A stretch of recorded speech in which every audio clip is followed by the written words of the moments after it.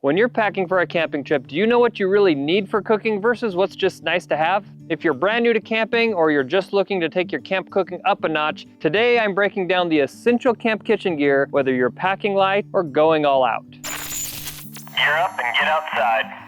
So we've got our main camp kitchen gear box, and then I've got a secondary box where there's some other things that might come in and out of this depending on the trip. This is one of those inexpensive Costco bins that everybody has. You can also, of course, use a smaller tote if you want to keep things more compact. So looking through here, you're gonna see all kinds of stuff. It's not super organized, but hey, this is just how we really camp.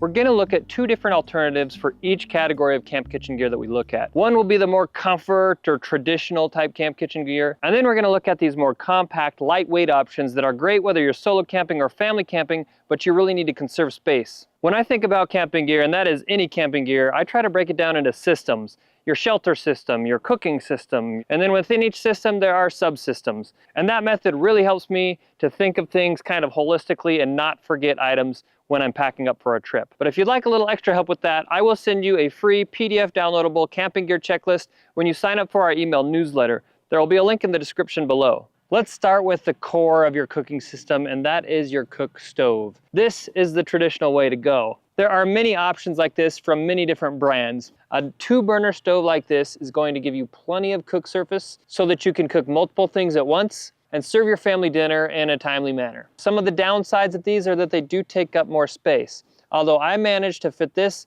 in my camp kitchen box that I showed you, that big Costco bin, sitting right on top of everything else. Most meals we cook while camping involve heating up some food and boiling some water. So having 2 burners means we can do it at the same time. We serve quickly. When it comes to fuel for this type of stove, generally it's gonna be propane. And you can get these little green bottles anywhere, but this is the most expensive way to buy propane, and it also produces a lot of waste you've gotta figure out how to dispose of because you're not supposed to just throw these in the landfill, and they're not easy to recycle. So while this works, an option I really like is something like these 5-pound propane tanks that are refillable, but it just looks like a miniature version of your big 20-pound propane tank. It's got this hose here with the adapter built in so that you can hook it up directly to your camp stove adapter that should come with your stove. For a more compact or lightweight option, if you're trying to conserve space and you just want to keep it really simple, and also this can be a way to keep it really cheap, is to do a single burner butane stove. So here's how this one sets up.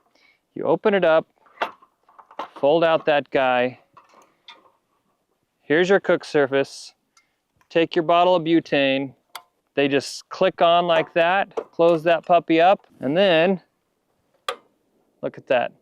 Super easy to use. It makes for a very compact cooking option. The fact is you've only got 1 burner, so you're just not gonna be able to prepare as many things at the same time, which might mean it takes a little bit longer to cook more complex meals. But if you keep it simple, 1 burner is often all you really need. And it sure is nice to be able to fold it up so small and put it anywhere in any vehicle.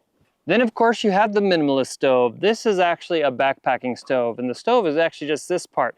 This is a large canister of isobutane propane. These stoves can be very inexpensive. However, they're really only good for boiling water and not large quantities at once.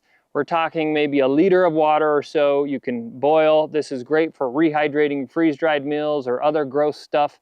Not all freeze-dried meals are gross, but a lot of them are, let's be honest. This is what I use backpacking, and it could do in a pinch car camping. Just wouldn't be my first choice. So for your actual cook stove, which is sort of a must-have, some way to heat food, you can start with something very ultra-light and ultra-simple, but if you're just starting out, I'd be looking at an option like this, or perhaps an option like this.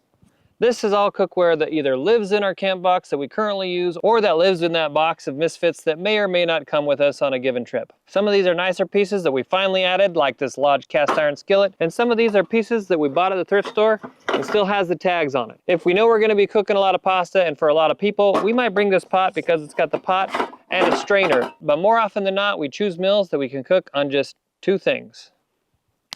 This right here is all we really need to cook 90% of the meals that we cook when we go camping. This is a Lodge cast iron skillet. I think this is a 12-inch. We can do pancakes in this. We can do steak, chicken, vegetables, all kinds of things. We could even make a stew or an omelet in there. This is kind of our go-to now for almost everything we cook when we're car camping. You could even use it to cook on a campfire. We finally upgraded our old non-stick pan from our wedding day to this summer, and we're not sorry about it. The other thing we always take is this little kettle. This is a very simple enamel steel kettle, not expensive. We've had this for some years and it's been on a lot of trips, and almost always we're boiling water, whether it be for hot cocoa or to wash dishes, oatmeal, the whole bit. You don't have to go with cast iron, but I would recommend a deeper saucepan as a minimum. There are gonna be a few more things that you're gonna need though. We like to take a spatula like this.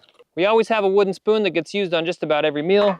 A spatula or turner. Now, a lot of people are gonna prefer metal, and we wouldn't mind a metal one either, but this is a leftover one from our kitchen and we just haven't upgraded, so that works, does the job. We like to have a serving spoon, one of the straining kinds, and then we want a knife. Now, we didn't get a fancy knife. A lot of people like to carry a nice kitchen knife, but we did get one with a little sleeve. Between this and the pocket knife I have on hand, we get by with just about any meal, even if we're eating fresh caught trout. The other must-have, I would say, are some tongs. These aren't my favorite tongs, but they do the job. They are metal, which is great for cast iron. Recommend.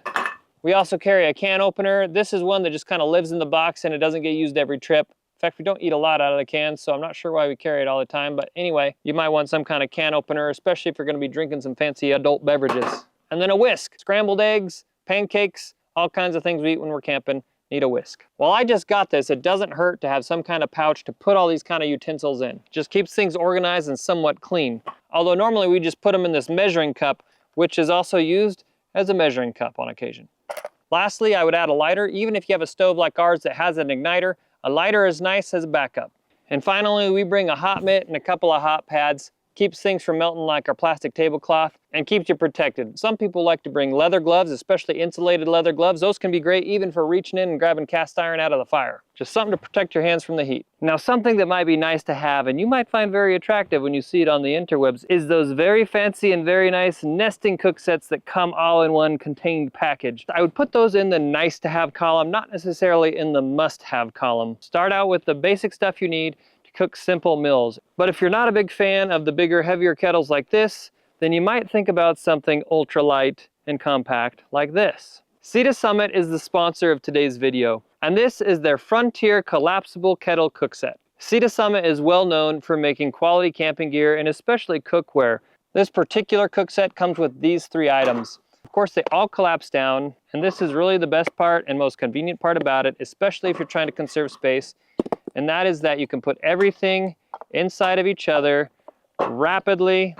Comes with this little band to put around it. Sea to Summit also has many other items in that Frontier cookware line, from pots to pans to tableware. Another item from Sea to Summit worth a good look is the Big River dry bag. The nice thing about this dry bag compared to other dry bags is that it's not so heavy. It's a different type of ripstop material. It has these molly loops on the side, which makes it easy to lash or tie to just about anything, from boats to motorcycles to bikes. In fact, if you really go lightweight on your camp kitchen gear, you could potentially fit everything you need to cook inside of one of these dry bags. That's gonna keep it protected from the elements, even if you just throw it in the back of your truck. But one other handy use of dry bags around camp is just for transporting water from the creek or the lake to douse a campfire. A big thank you to Sea to Summit for supporting Outdoor Empire. If you want to do the same, I will include affiliate links in the description below the video for these and other items I'm showing today. A few final items for your food preparation system include a cutting board and some paper towels, because you're always gonna have messes. This roll's a little bit haggard. We always have a roll of tinfoil in our camp kitchen box as well, because that allows us to cook in the fire.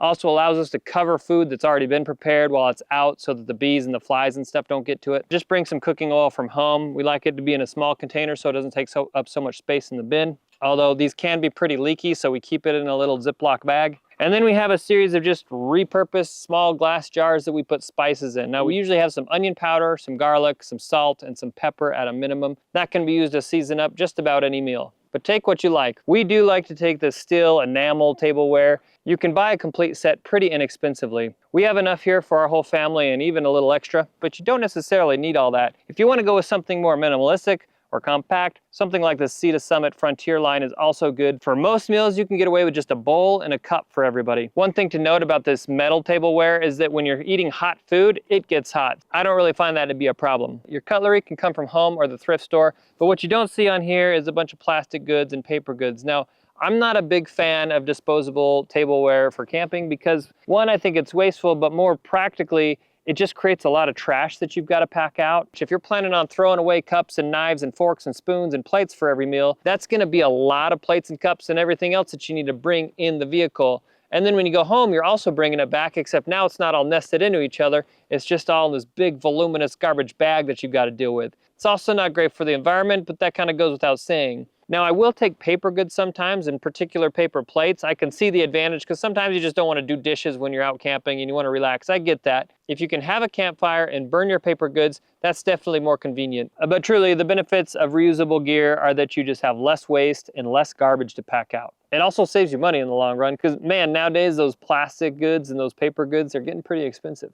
Lastly, we like to take a tablecloth. This isn't fancy, but we take it especially when we know we're going to stay in a developed campground where you're going to use some kind of picnic table that's already there. Sometimes those things are nasty or they're rotted out or in disrepair. So having a tablecloth just makes a more sanitary and frankly smooth surface to work on and cook on and even play games on. Dishwashing at camp should be quick, not cumbersome. Here's what we do. We have this very simple and inexpensive collapsible sink that gets filled with hot water. All of our dishes fit right in there just fine. One person runs the washing station. We use some biodegradable soap and we keep a scrubber in our camp box. Then we have this other collapsible bucket that we use for all kinds of chores around camp, like putting out fires. We fill this one up with cold water. From there, the process is simple. One person washes, one person rinses, and one person dries with one of the few dish towels from home that we throw in our camp box. And then the last person puts it away. We get the assembly line going and it goes pretty darn quick. So using reusable dishes isn't such a big deal after all. Now let's take a brief moment to talk about food storage. It just occurred to me when I said that out loud that my life has become a strange one. I just go on about this kind of stuff to random people on the internet. Sorry, Mom. Don't think I'm gonna be a doctor. Anyway, food storage. It's important to think about how you store your food when you're camping so that your food doesn't spoil, so the little rodents and varmints don't get in there from the squirrels or the chipmunks, and also so that bears don't get in there if you're in a place where that could be a problem. Raccoons are another big issue that you want to avoid. As far as storing dry food goes, we usually just actually use reusable grocery tote bags that we have. However, that's not going to keep the varmints and rodents out, so we always put it in the vehicle when we're not using it, and especially at night. Now, there are some cases and some places that are going to require certified bear storage containers. A lot of backpackers use these bear vaults and other types of bear canisters. In some campgrounds, they may even have some places where you're required to store your food to keep it out of the reach of bears. When it comes to cold food storage, you're going to want a cooler. I've got a couple examples behind me. This one here is a classic Coleman. It does the job. It's not super expensive. I've done a lot of cooler tests, a lot of cooler reviews, so if you're interested or you're in the market for a cooler, check some of those out. Something more heavy duty like this rotomolded Kong cooler is also bear certified or bear resistant certified. Now, let me explain what that is. There's an organization called the Intermountain Grizzly Bear Committee. They are a third party that will test and certify different types of containers and different products as being bear resistant. Some campgrounds, especially in the West and many national parks, are now requiring that kind of food storage unless you're going to keep it inside your vehicle. So a basic Coleman or Igloo cooler is not going to cut it. The problem is if a bear gets into your food, you're putting that bear's life at risk because ultimately if they develop habits of eating people's food, the Fish and Game Agency is going to have to euthanize them. So store your food properly and don't be the one responsible for bears getting killed needlessly. What you should note though, even if you're using a bear-proof or bear-resistant cooler or food container, is that all those tests are done with locks. If you're not locking up your cooler with one of these, it wouldn't be considered bear-resistant. So even if a park ranger comes and checks you out and they don't see locks on it, they might get after you. These kinds of coolers can cost a lot of money, so you're gonna wanna make sure it's worth it to you and you're gonna use it regularly and that you need that certification if you're gonna pay the money for it. They sure can keep your food and drinks cold for a long time though. But something like this is more of a nice to have. And if you eat a lot of eggs, this little guy is a nice to have as well. We consider it a must have in my family. The last subsystem of your camp cooking essentials would include your water storage system. You must have some way to transport water from your house to your campsite. And even if you're in a developed campground, you need some way to get it from the water spigot to your campsite. If you want to keep things light and compact, you can always bring these 1 gallon or 2 gallon jugs of water from the store or from home, even reuse a milk jug for that matter. But this is our go-to. It's relatively inexpensive. It's a 7-gallon tank with a little spigot on it that carries plenty of water for my family for a short camping trip. Now something that might get a little nice to have is something like this guy. This looks like a weed sprayer, but it is not. It's got a nice neoprene jacket on it and a little hose and a little nozzle here that allows you to take a shower with it.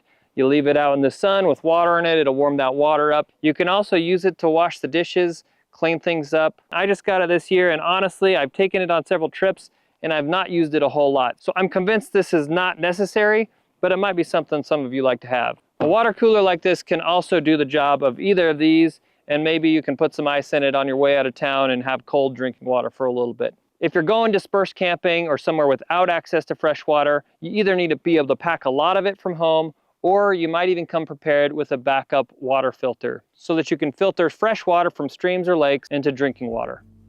I hope all that helps you distinguish between the things that you need to actually cook when you're camping from the things that are just nice to have. Consider what's most important to you and decide if you want to go the more traditional route or that lightweight compact route. Let me know in the comments what you consider a must-have or a nice-to-have when it comes to your camp kitchen. I'm sure I'm not the only one that's curious what other folks are doing. And don't forget to sign up for our email newsletter so you can get that free camping gear checklist that's going to have item for item all the things you need for a camp kitchen. Now go watch this video next where I break down all the essential car camping gear you need to get started. Then gear up and get outside.